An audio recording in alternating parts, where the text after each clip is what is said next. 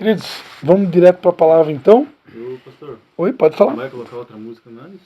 Não, eu vou colocar... Se desligar ele porque não tem microfone. Ah, não na tem... caixinha, né? Ah, tá certo. Tem o quê? Tem microfone na caixinha? Não tem microfone, né? Daí ele não vai gravar, né? Não vai... Ligar o Bluetooth, né? O celular para de...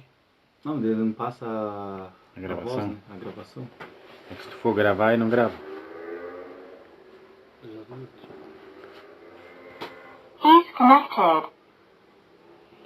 Eu achei que não interferia aqui, porque o meu gravador aqui eu estou usando o gravador fora a parte aqui. Não sei, né? Eu acho que não dá interferência. Dá interferência quando eu ponho a música direto no celular, entendeu? Mas enfim, de qualquer forma está desligado. No final eu vou ligar porque eu quero botar uma outra música, mas eu quero colocar no final. Tá bom? Então vamos lá, se vocês quiserem abrir a Bíblia, a gente vai ler 2 textos, tá? Primeiro está em Mateus 7. Mateus 7, do 13 ao 14. 7, 13, 14.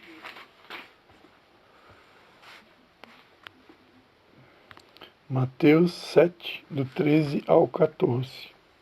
Hoje meu celular ficou no carro. Ah, tá tranquilo. Com certeza nós não vamos inventar nada aqui, até porque não temos condições de fazer isso. Amém? Posso ler aí? Depois a gente vai ler Lucas 12, tá? Mas primeiro Mateus 7, 13 e o 14. São palavras de Jesus, tá? Vou ajeitar aqui. Que diz assim, ó: entrem pela porta estreita, porque larga é a porta e espaçoso é o caminho que conduz para a perdição. E são muitos os que entram por ela. Estreita é a porta e apertado é o caminho que conduz para a vida.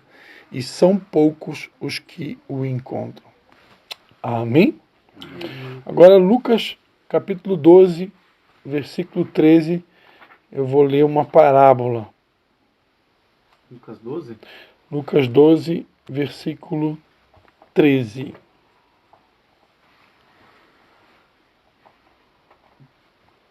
Dependendo da Bíblia, é considerada como a parábola do rico insensato. É? Lucas 12, a gente vai ler do 13 até o 21. Posso ler? Diz assim a palavra de Deus. Nesse ponto, um homem que estava no meio da multidão disse a Jesus: Mestre, diga a meu irmão que reparta comigo a herança. Mas Jesus lhe respondeu: Homem, quem me nomeou juiz ou repartidor entre vocês? Então lhes recomendou: tenham cuidado e não se deixem dominar por qualquer tipo de avareza, porque a vida de uma pessoa não consiste na abundância dos bens que ela tem. E Jesus lhes contou ainda uma parábola dizendo: o campo de um homem rico produziu com abundância. Então ele começou a pensar: o que farei, pois não tenho onde armazenar a minha colheita? Até que disse: já sei, destruirei os meus celeiros, construirei outros maiores e aí armazenarei todo o meu produto e todos os meus bens. Então direi à minha alma: você tem em depósito muitos bens para muitos anos. Descanse, coma, beba e aproveite a vida.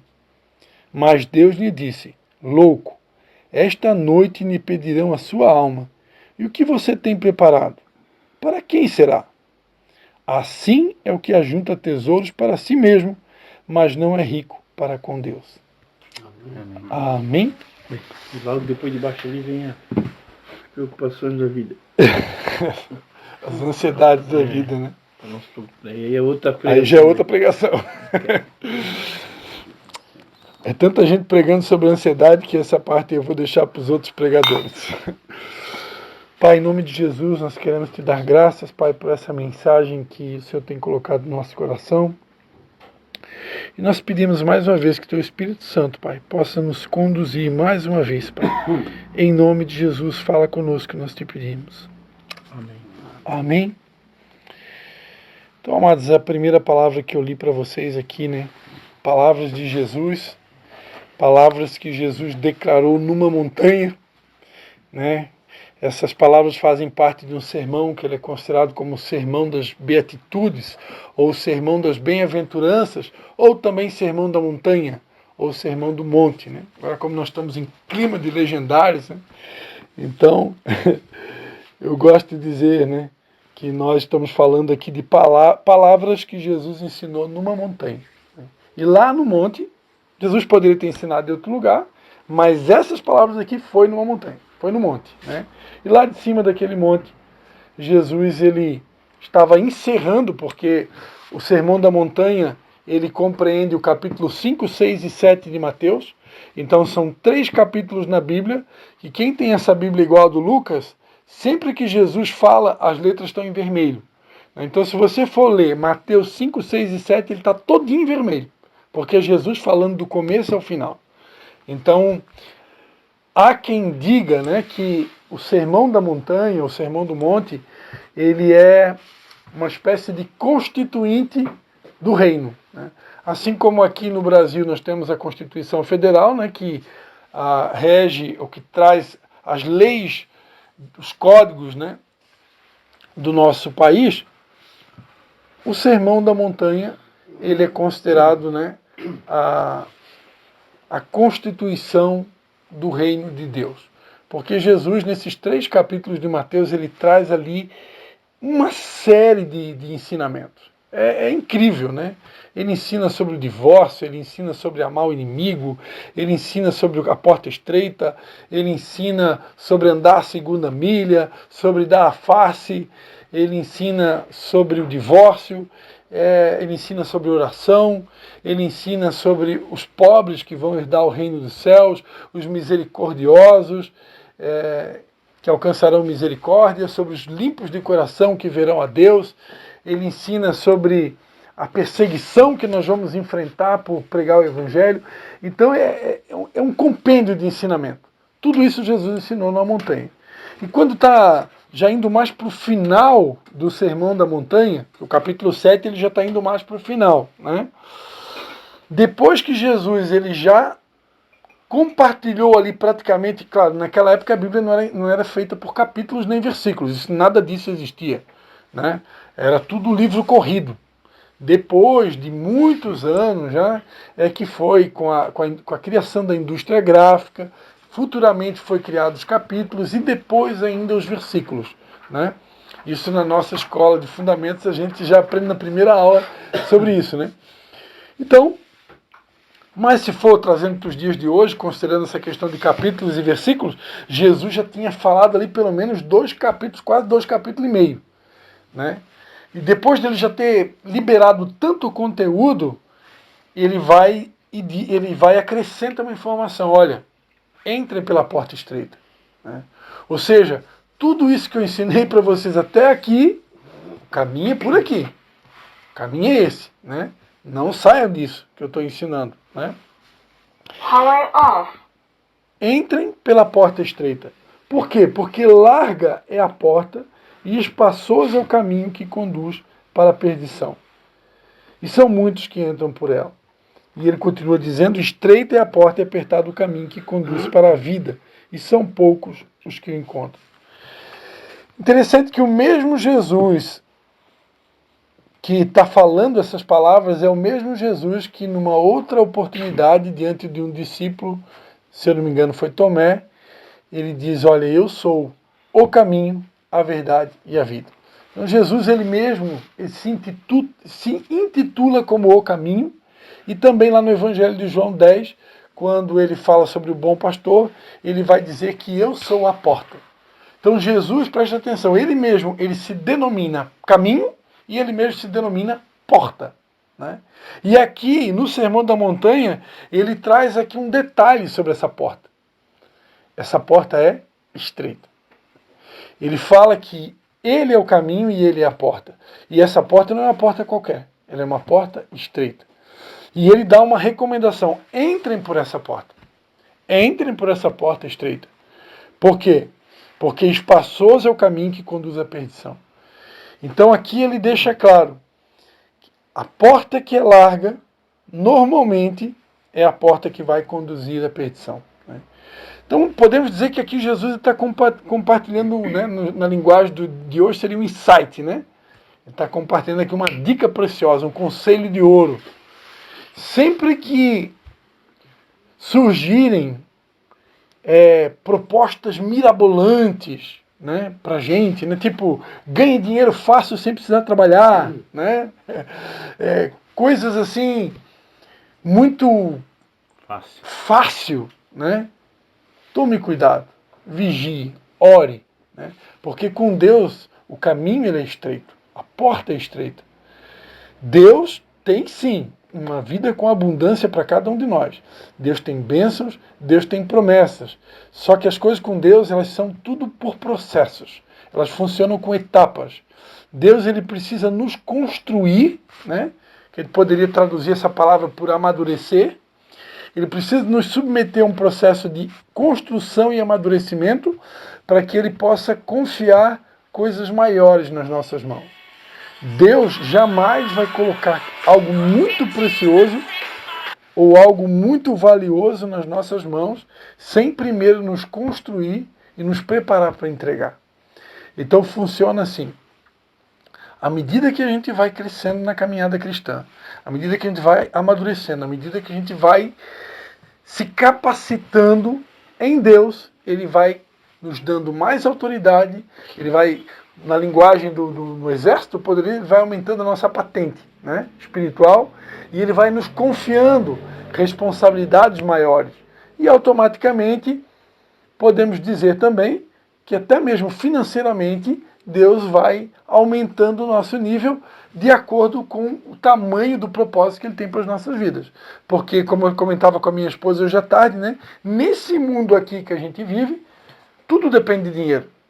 Não se faz nada sem dinheiro, né? A gente foi hoje fazer uma comprinha de coisas que para ornamentação desse café colonial romântico que a gente vai fazer no Dia dos Namorados, e tudo envolve dinheiro, né? Por mais que a gente foi no lugar mais barato que possa existir, que é um local que tem lá em Brusque, lá que não tem talvez na região assim um lugar que se consiga encontrar tanta variedade com preço barato, ainda assim tem um preço, né? Então o mundo que a gente vive aqui, tudo envolve dinheiro.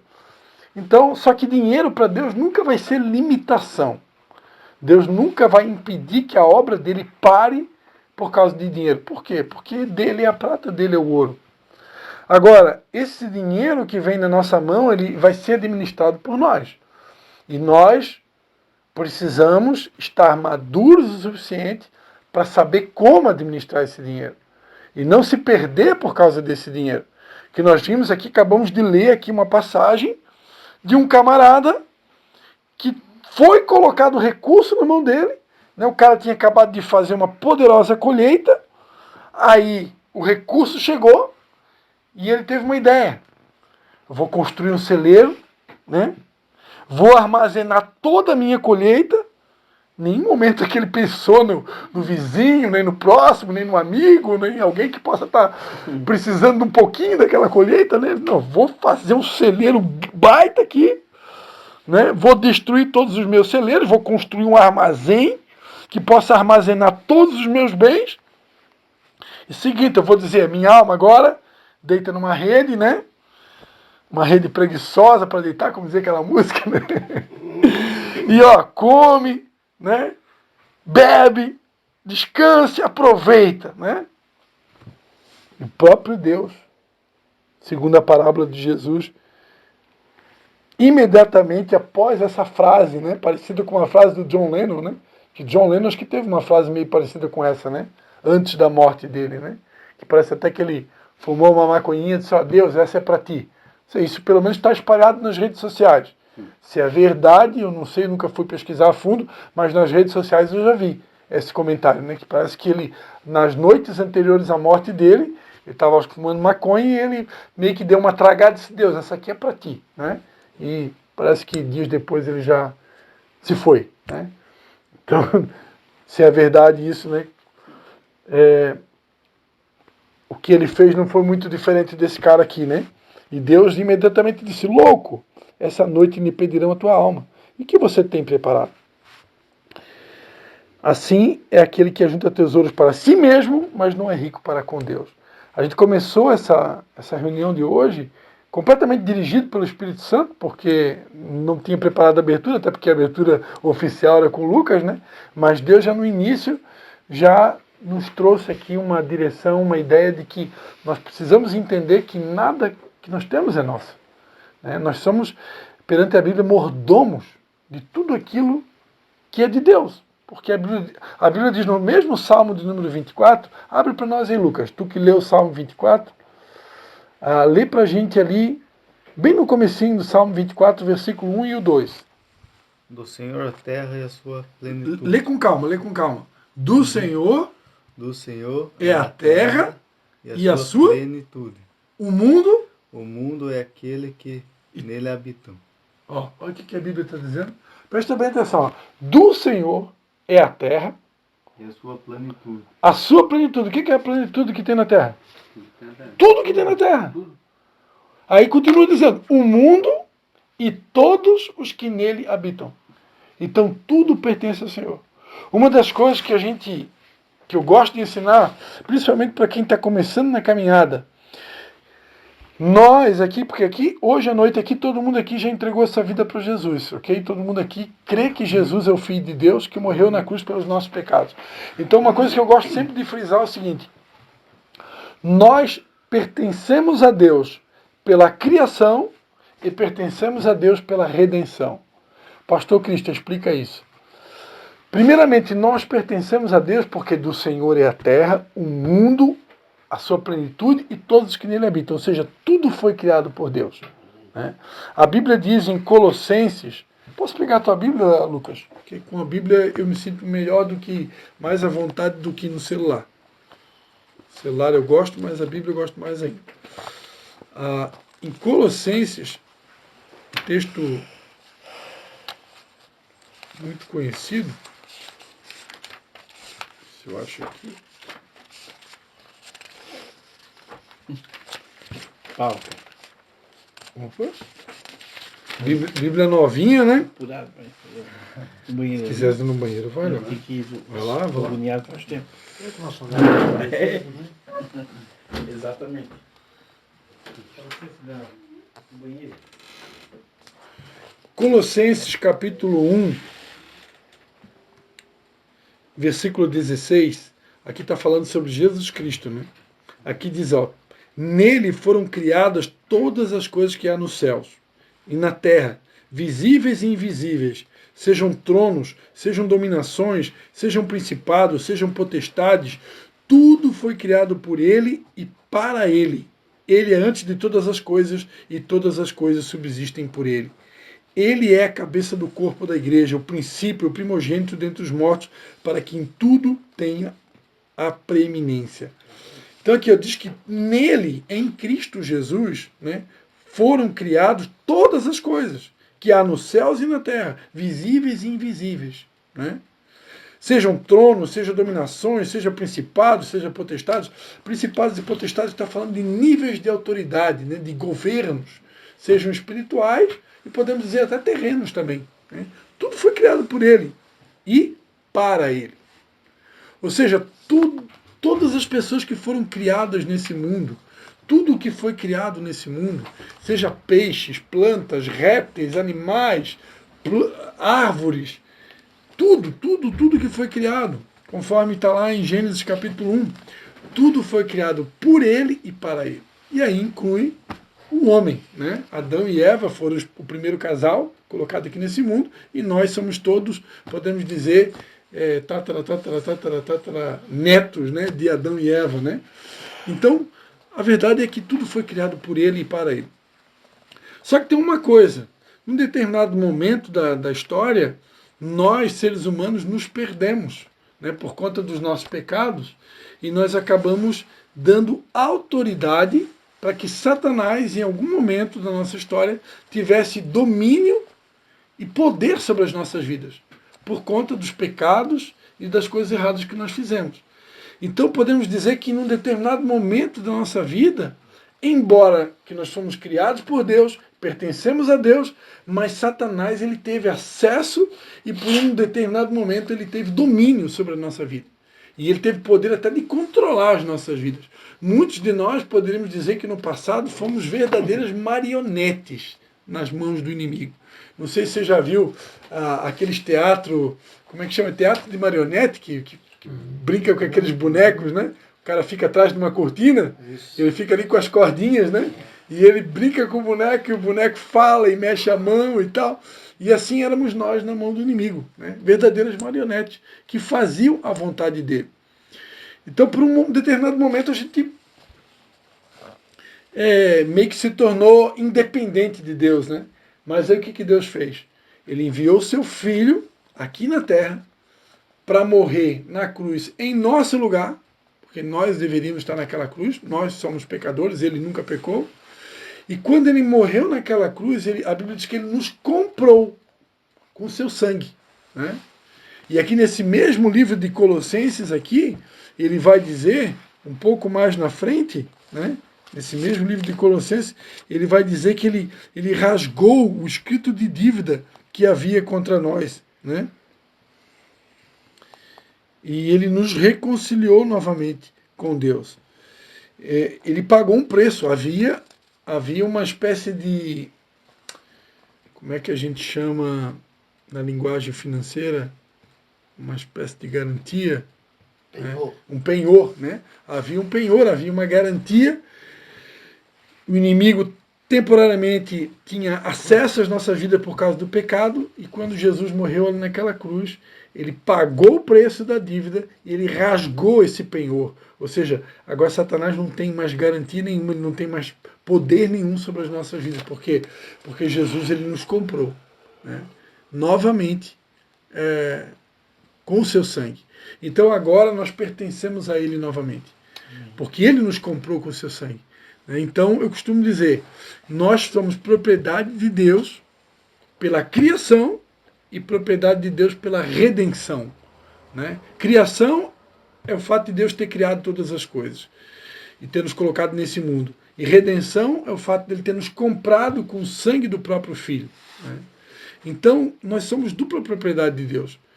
Então não há a mínima possibilidade de um cristão que tem esse entendimento achar que ele é dono de alguma coisa. Nós não somos dono de nada, né? Nós somos apenas mordomos. Nós somos servos de Deus e que administram tudo aquilo que Deus coloca na nossa mão. E aí, voltando ao que eu estava falando no começo, à medida que a gente vai crescendo na caminhada cristã, ele vai confiando cada vez mais poder, autoridade, né? E até mesmo finanças nas nossas mãos. A Bíblia diz que se eu não for fiel no pouco, eu nunca vou ser fiel no muito. Agora, se eu for fiel no pouco, a Bíblia diz que sobre o muito ele vai nos colocar. Então, à medida que Deus vai percebendo, eu e o Léo aqui hoje, estamos aqui à frente dessa célula. É uma célula que hoje nós estamos aqui em 6 pessoas, né? 6 homens, né? Se eu e o Léo formos fiéis a esses 4 homens que estão aqui, como assim ser fiel?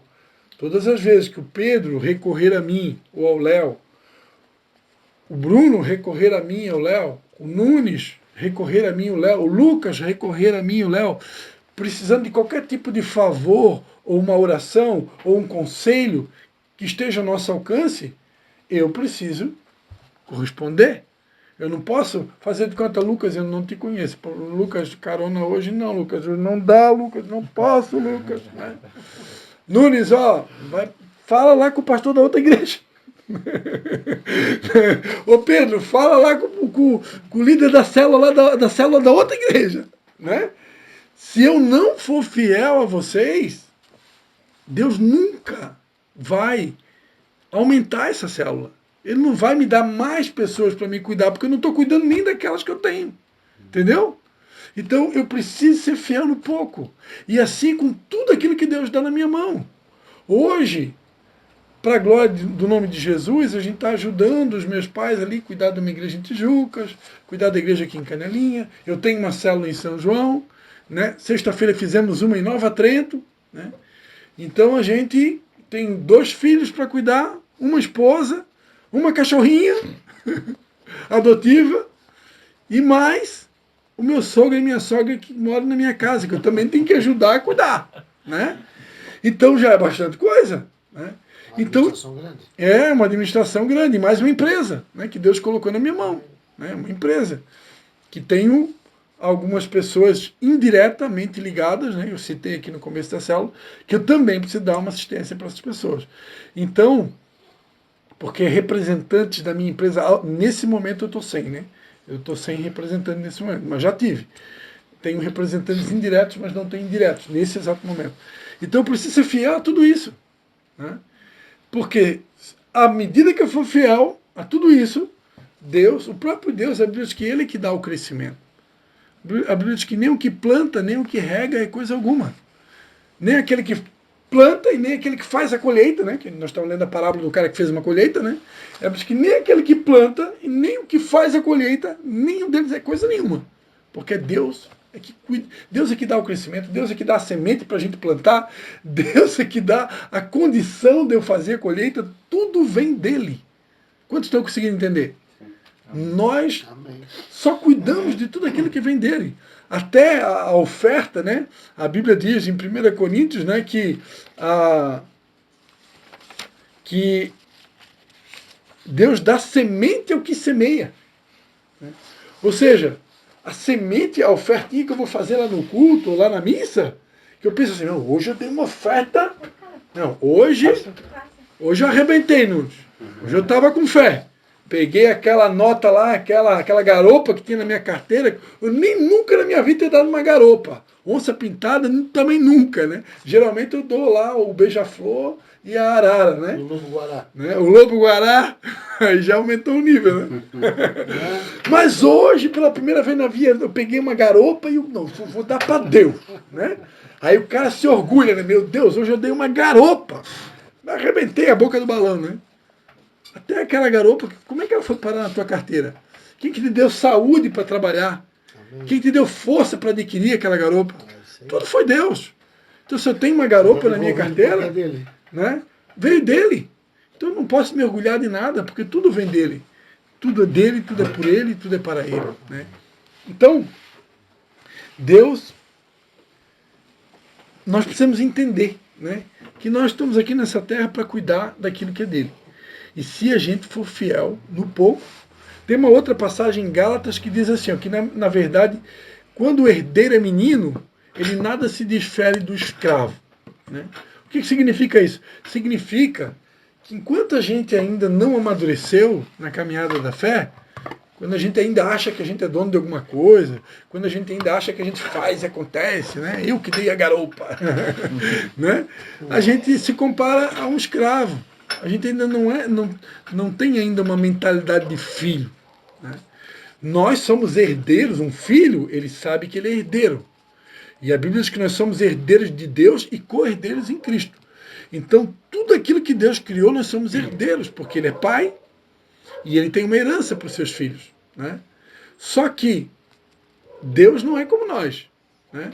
Que quando chega na época de Natal, a gente vai lá, às vezes faz até uma prestação, compra no cartão de crédito em 12 vezes para pagar no cartão de crédito, arrebenta todo, até no outro Natal tem conta para pagar ainda do PlayStation lá, do lançamento do celular, não sei o que lá que eu dei para o meu filho, né? Deus não é assim, Deus não é irresponsável.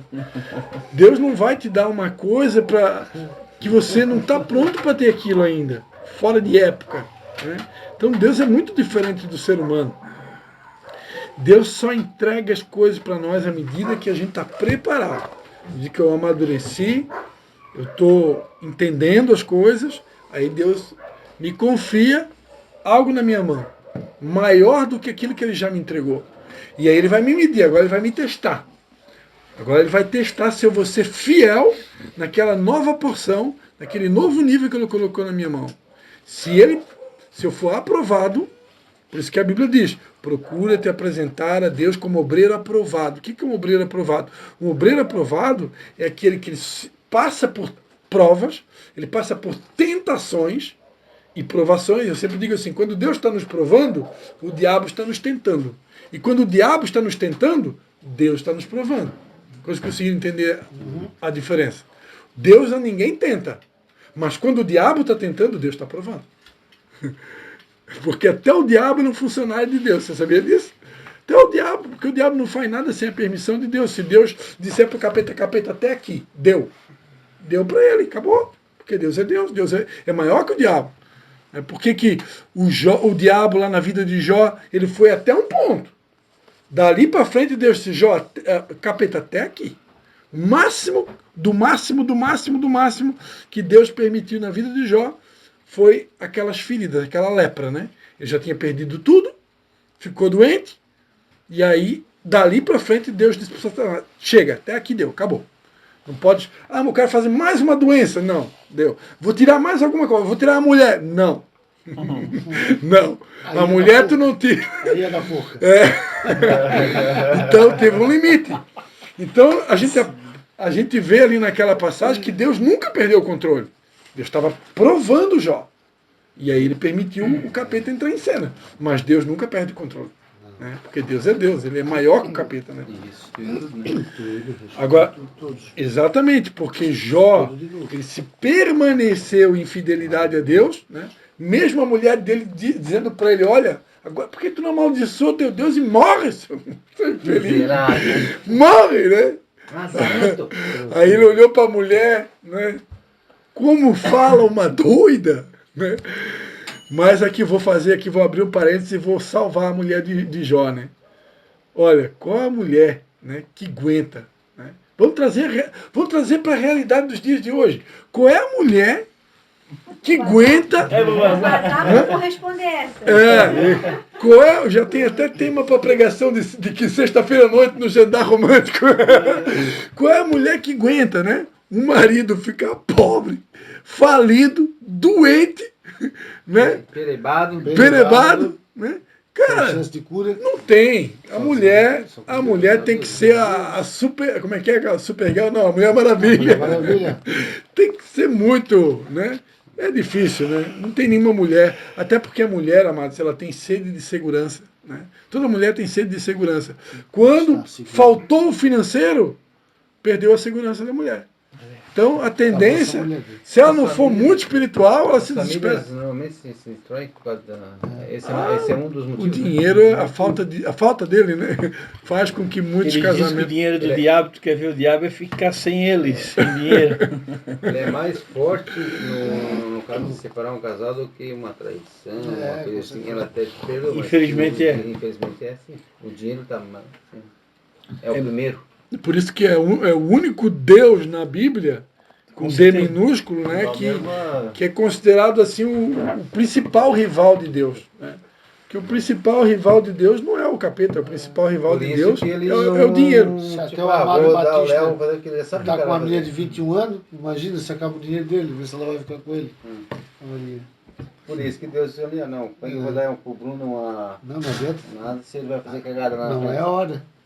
Não vai dar. Não vai te dar. Não é a hora. Como se diz, o Christian falou, tem que ser bem... Tem que estar maduro. Maduro, isso, exatamente. Tem que estar maduro em todas as áreas. E ter certeza de que tu olhar, tu não vais pecar nem com o olho nem com nada. Tu vai saber o que fazer.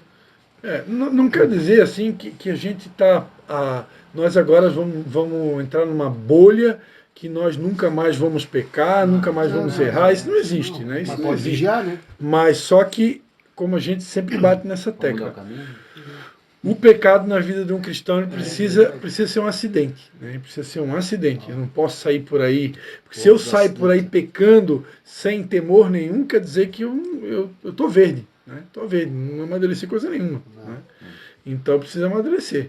O pecado tem que ser um acidente. Né? Vai acontecer? Vai, seja com a mente, seja com os lábios, seja com uma atitude, de alguma maneira vai acontecer, até porque nós somos seres humanos, né? A Bíblia diz que nossa estrutura é feita de pó. Né? Então, e Deus, justamente por ele se lembrar que que ele é pó, que Deus está sempre dando uma segunda chance, uma terceira chance, né? Só que nós não estamos autorizados a ficar se aproveitando, né? Dessa graça de Deus, né, que se chama graça, né? A graça a graça e a misericórdia de Deus que caminham meio que juntas, né? Principalmente a misericórdia, ela é uma espécie de rede de proteção. Lembra quando a gente ia no circo, quando a gente era criança, e aqueles malabaristas, né? Eles faziam aquelas artes nas alturas, né? Lá embaixo tinha uma rede de proteção. O artista do circo, o objetivo dele ali, a meta dele, é fazer todas as acrobacias sem cair na rede. Mas se acontecer de algum momento ele cometer um erro e ele cair, a rede está ali para proteger. Assim é a misericórdia de Deus. Né? O objetivo nosso é viver essa vida procurando fazer o que é certo. Se em algum momento eu errar, tem algo chamado misericórdia. Chegar a cair, então... Né? A Bíblia diz em Lamentações de Jeremias que as misericórdias de Deus se renovam a cada manhã sobre a nossa vida e elas são a causa de nós não sermos consumidos. Né? Então, graças a Deus. Mas eu não posso, né, me abusar. Né? Abusar. Fazer intencionalmente. Não, vou fazer porque eu já sei que é. Ele vai me perdoar tudo. A Bíblia diz em Romanos, né, que se nós somos... A Bíblia diz em Romanos capítulo 6, né? Que diremos, pois, permaneceremos no pecado para que a graça abunde? Romanos capítulo 6. De modo nenhum. Nós que estamos mortos para o pecado, como viveremos ainda nele? Né? Então eu não vou permanecer no pecado para que a graça de Deus superabunde sobre a minha vida. Tem até um texto na Bíblia que diz, né? Onde abundou o pecado, superabundou a graça de Deus. Mas, eu não vou fazer o pecado premeditado para que a graça abunde sobre a minha vida. Né? Não é assim que funciona. Né? Então, quem está morto pelo pecado, né, precisa realmente fugir dele. Né? Agora, se acontecer, a gente tem um advogado, né, que intercede por nós, que é Jesus, e a Bíblia diz, né, se confessarmos os nossos pecados, né, acho que foi o Lucas citou aqui no começo, né? Não. Ele é fiel e justo para nos perdoar os pecados e nos purificar de toda injustiça. Então a gente pode confessar os nossos pecados diretamente para Deus. Eu não preciso mais hoje de ter um intermediário para confessar pecado. Eu posso diretamente na fonte e confessar direto para Deus.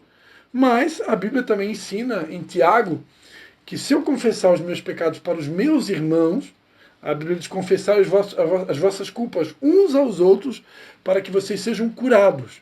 Então, à medida que eu consigo me abrir com os meus irmãos, eu recebo cura. Né? Então, se eu tiver a humildade de desabafar aqui, Bruno, cara, essa área me ajuda em oração aí, porque essa área da minha vida está difícil, cara. Essa área aí é um gigante aí que eu estou lutando, eu preciso... Vamos orar junto?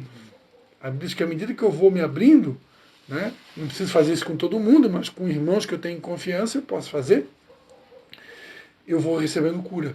Né? E se dependendo do irmão, ele vai me ajudar em oração, vai me ajudar com conselhos, né? Amém? Amém. Então eu quero parar por aqui, acho que por hoje já está de bom tamanho, né?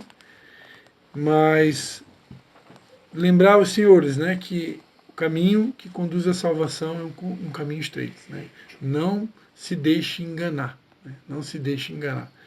Não se deixe enganar, porque o mundo das facilidades e dos prazeres, onde tudo é fácil, né, normalmente não está ligado ao caminho de Jesus. Né?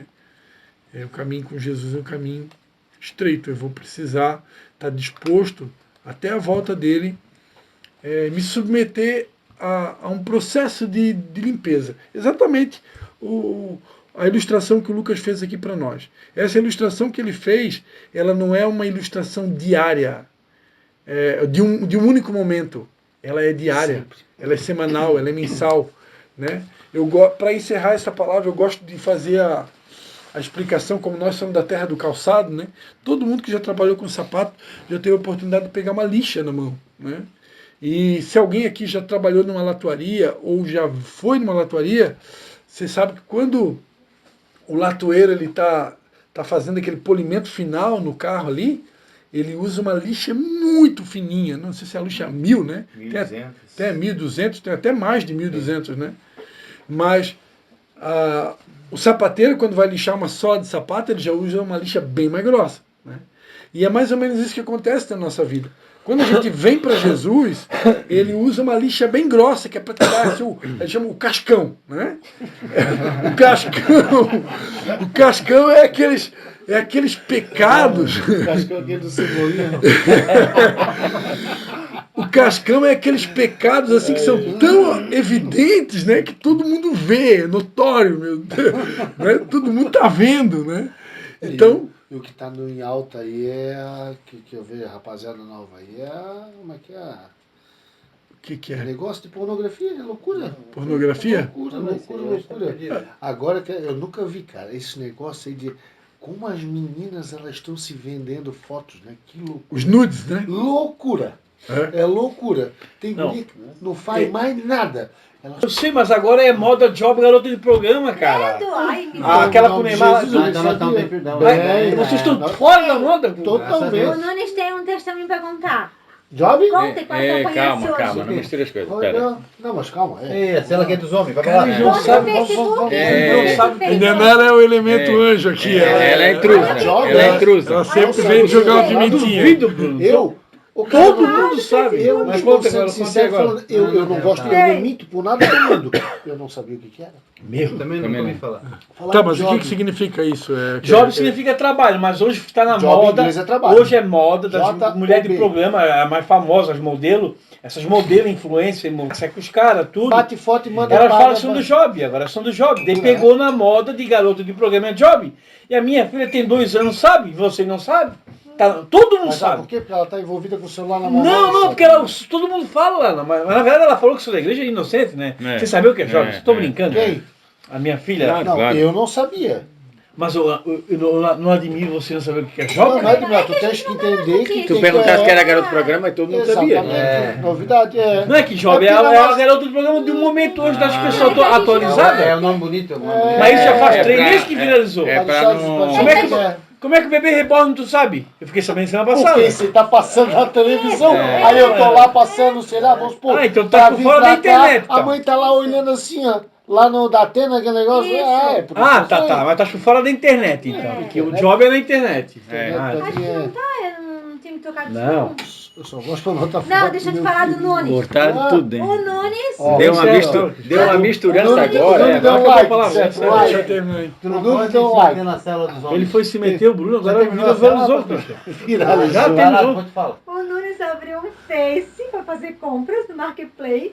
Só que ele procurou a ex-noiva para pedir perdão por tudo de mal que ele fez pra ela, né? Não, se libertou. Agora ele quer procurar outra. Não achei. Mas ele vai. Uma coisa boa e É bom, vai. Ah. Tira todos os. Tudo. Tem. Limpa. Faz a banheira, rapaz. Mas a tua parte tu fez? Claro. Essa maldição não vai levar a tua vida. Não. Olha! Amém, né? Vamos fazer uma oração que antes da gente estar encerrando essa parte, né? Tá fazendo uma oração. Bruno, tudo começou por causa disso. Não, tá tudo sob controle, né? Tá sob controle. Não, eu sei eu não tô ligado. Principal- Eu sempre fui desde o princípio. O principal O foi principal que precisa ficar entendido aqui nessa noite, né? É que tudo que temos veio da parte de Deus. Ele espera que a gente possa ser fiel em tudo aquilo que Ele coloca na nossa mão, que a gente venha entender que tudo é para Ele, para a glória dele. E se a gente realmente for fiel com tudo aquilo, sem em nenhum momento achar que a gente, né, tem alguma coisa, Ele vai cuidar de nós, Ele vai nos abençoar, Ele vai nos suprir, Ele vai nos promover, né? Deus tem novos níveis para nos levar, mas eu preciso entender isso, né? E que a porta é estreita, né? Cuidado com o caminho largo, né? Cuidado com o caminho largo, porque o caminho largo e espaçoso conduz à perdição. Amém? Amém. Vamos orar. Amém. Já ora pelo alimento também, né, Cristian? Amém. Pai, em nome de Jesus, nós te damos graças, ó Pai, por essa mensagem que o Senhor compartilhou conosco nessa noite. E nós pedimos, Pai, que o Senhor nos ajude a nos conservar, a conservar a integridade diante de Ti, Pai. Esconda-nos em Ti, Pai, no Teu esconderijo, Altíssimo, no lugar onde o inimigo não nos acha, onde o orgulho não nos encontra, do pecado e as ciladas do inferno, as propostas, as oferendas do inimigo, Pai, não venham, Senhor, nos fazer cair, Pai. Esconda-nos em Ti, e segura-nos nas tuas mãos, Pai. Não nos deixe cair em tentação. Nós te pedimos em nome de Jesus que nós possamos ser fiéis em tudo aquilo que o Senhor coloca nas nossas mãos, para que então, sobre o muito, nós possamos ter acesso, Pai. Nós pedimos que tudo seja para a honra e para a glória do nome de Jesus. Amém.